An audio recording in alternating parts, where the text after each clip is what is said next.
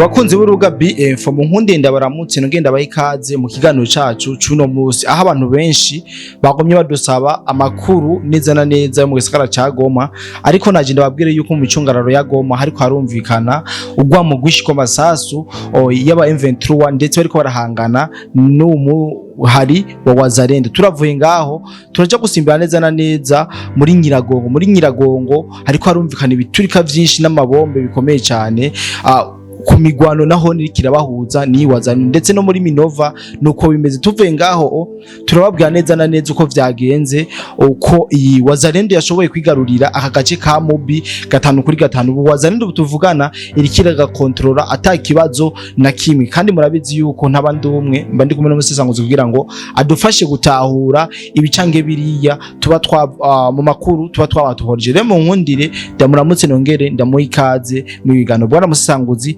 ndakuramukije cyane. Amahoro cyane bwana journaliste, nanje ndakuramukije.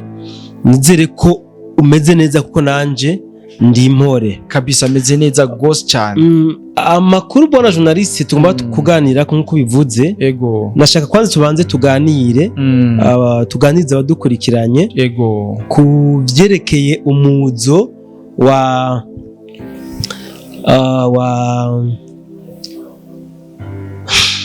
bagenda ke Ntuzenya wa Ntuzenya wa Joseph Kabila. Voilà.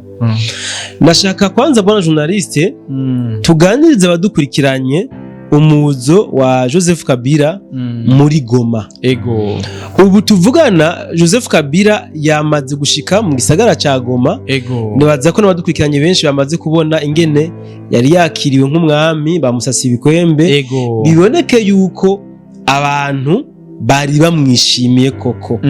Ariko kandi bwana journaliste, abantu benshi ntibari bwamenye neza yuko uyu Joseph Kabila ari we, nukuvuga ari mu bari kwisonga y'uyu muhari M23. Uyu muzure wa Kabila muri Goma ni kintu cerekana neza yuko hagomba kubaho impinduka muri M23. Canke naho bishoboke ko yaje kubera impinduka yamaze kwigaragaza muri Goma. Ku makuru tuko turakura ijya nino aratwereka yuko uyu president Kabila yoba yaje muri Goma ngo kubera ko uburyo yariko aratanga muri M23 yibajije yuko butariko burashikira abo bwagenewe.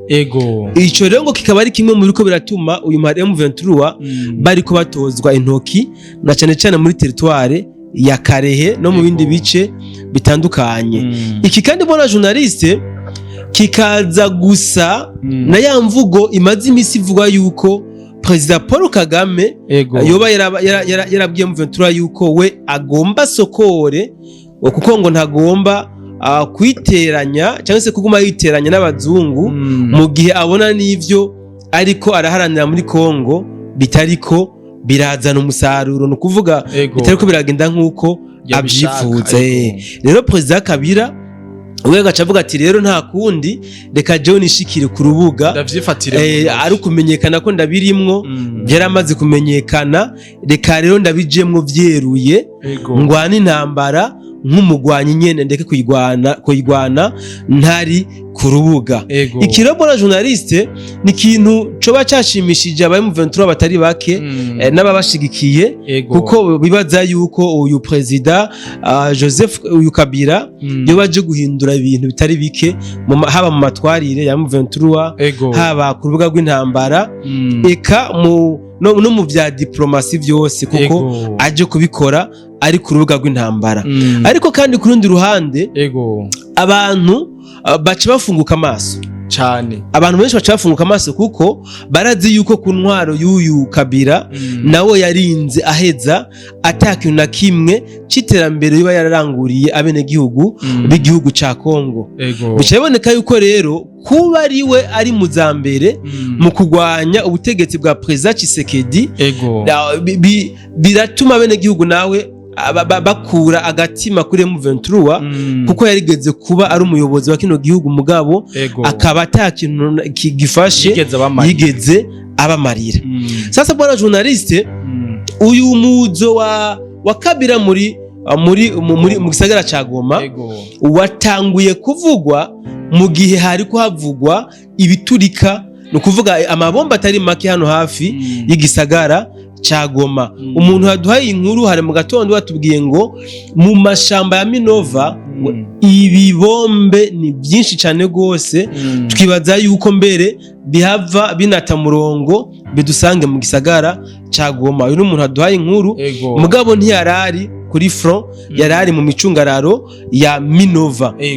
Inkuru y'imvaho dufise bona journaliste ni yuko abanyeshure batashe ku mashuri hataragera, no kuvuga kuva nkuru dufise bivuga yuko kuva amasaha 3 abarezi bace babarikura barataha kugira ngo ntibaze guhurira n'ibibazo ku mashure, kuko ngo abawazarendo baciye amabarabara, no kuvuga bayazibiye amabarabara yinjira muri Goma bayazibiye, no kuvuga bariko niko mvuga kuri iyi front ya NYIRAGONGO babanje kuzibira amabarabara hama batangura guhangana n'aba M23. Ni imirwano itari yoroshe bona journaliste ababitubwiye baduhaye n'amajwi y'ibikoho byariko biravuga, urumva kabisa ko zari inkoho ziremereye.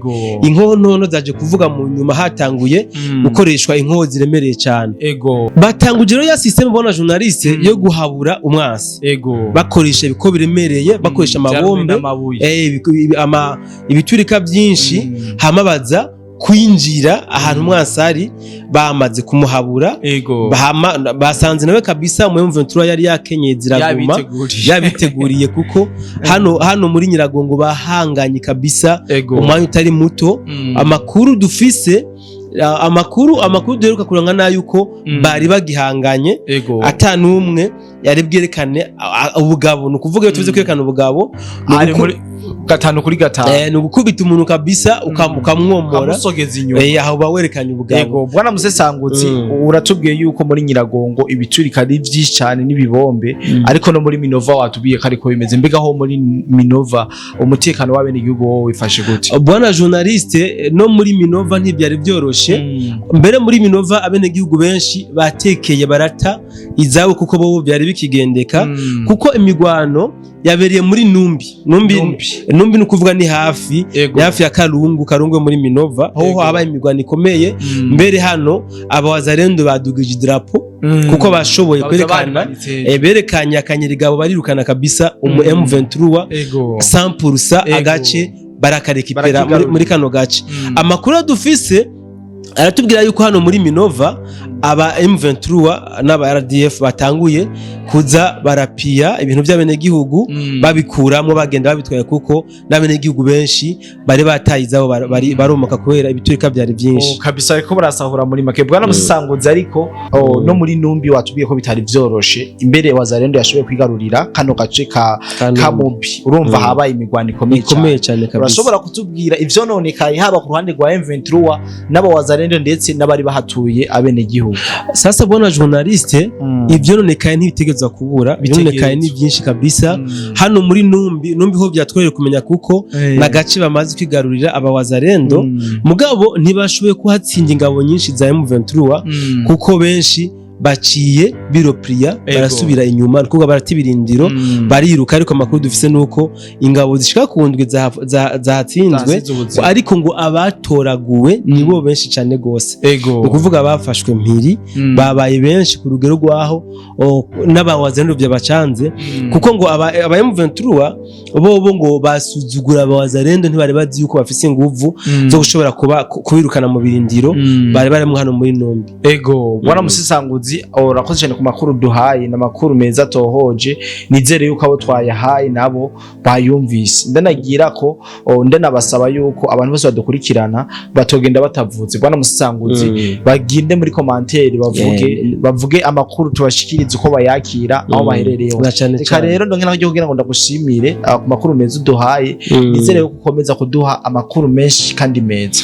ego cyane mbona journaliste reka nanje ndagushimire n'abadukurikiranye nawe ndabashimiye ko n'abantu beza nubwo uyu munsi tubaye amakuru duteba ariko batwihanganire kizere ko vuba cyane tuzokosora ibintu dusubire kubaha amakuru nkuko byahora ariko bariko baransaba amakuru y'Ibukavu na Kavumu erega bona journaliste Kavumu twababwiye ingene byari byifashe mu kiganiro cyaheze kandi cyo bomenye nuko Kavumu iri muri Bukavu Kavumu iri muri Bukavu neza cyane kandi Kavumu iri no mu marembo ya Bukavu vuba cyane ari ejo tuzubaha amakuru y'indani muri Bukavu ingene abaha controller ingene vyifashe oya pour mu Makavumu iri contrôler n'aba M23 nta mu FRDC aradeklara yuko ari muri Kavumu nta n'umuwaza arenda aradeklara yuko ari muri Kavumu usivye ko amakuru dufise ari uko n'aba M23 bwabo basohotse urumva uwo muri make hasa nahirebanga Kavumu isa niyirebanga mugabo aba M23 barayitezemo ibiturika byinshi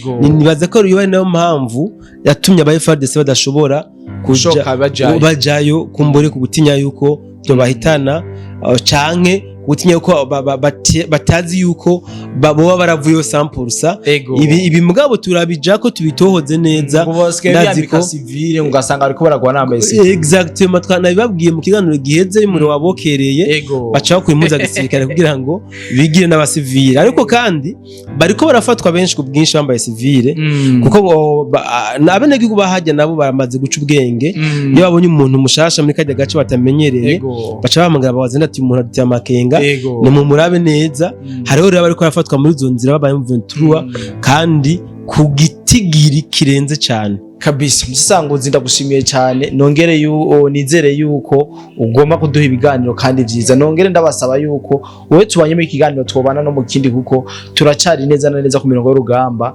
amakuru y'uno munsi nubo twatangaye duteba nk'umusanguzi yabivuze turaje tuyabahe yose ko yifashe kandi ndabasezere nongere ndababwira yuko ndabifuriza kuroranirwa mu byanyu no mu banyu bye bye